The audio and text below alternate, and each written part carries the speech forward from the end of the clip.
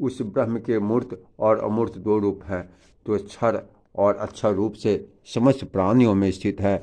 अक्षर भी वह परम ब्रह्म है और क्षर संपूर्ण जगत है। जिस प्रकार एक देशीय अग्नि का प्रकाश सर्वत्र फैला रहता है, उसी प्रकार यह संपूर्ण जगत परम ब्रह्म ही शक्ति है। हे मैत्रेय, अग्नि की निकटता और दूरता के भेद से जिस प्रकार उसके प्रकाश में भी अधिकता और न्यूनता का भेद रहता है, उस प्रकार ब्रह्म की शक्ति में भी तारतम्य है। हे ब्राह्मण, ब्रह्मा विष्णु शिव ब्रह्म की प्रधान शक्तियाँ हैं।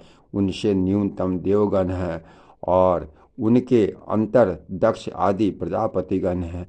उनसे भी न्यून मनुष्य पशु पक्षी मृग और सरीसृप आदि हैं, तथा उनसे भी अत्यंत न्यून वृक्ष गुल और लता आदि है। अतः हे मुनिवर, अविर्भाव उत्पन्न होना, तिरोभाव छुप जाना, जन्म और नाश आदि विकल्प युक्त भी यह संपूर्ण जगत वास्तव में नित्य और अक्षय ही है।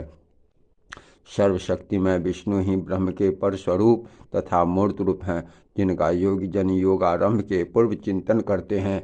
हे महामुने, जिनमें मन को सम्यक प्रकार से निरंतर एकाग्र करने वाले को अवलंबन युक्त समग्र ज्ञात महायोग की प्राप्ति होती है। हे महाभाग, हे सौर ब्रह्मामय श्री विष्णु भगवान का समस्त पराशक्तियों में प्रधान और ब्रह्म के अत्यंत निकटवर्ती मूर्त ब्रह्म स्वरूप है। हे मुने, इनमें यह संपूर्ण जगत ओतप्रोत है, उन्हीं से उत्पन्न हुआ है, उन्हीं में स्थित एवं स्वयं वे ही समस्त जगत हैं। ईश्वर विष्णु ही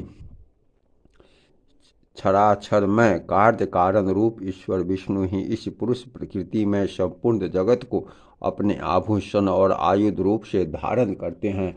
श्री मैत्रेय जी बोले, भगवान विष्णु इस संसार को भूषण और आयुध रूप से किस प्रकार धारण करते हैं, आप मुझसे कहिए।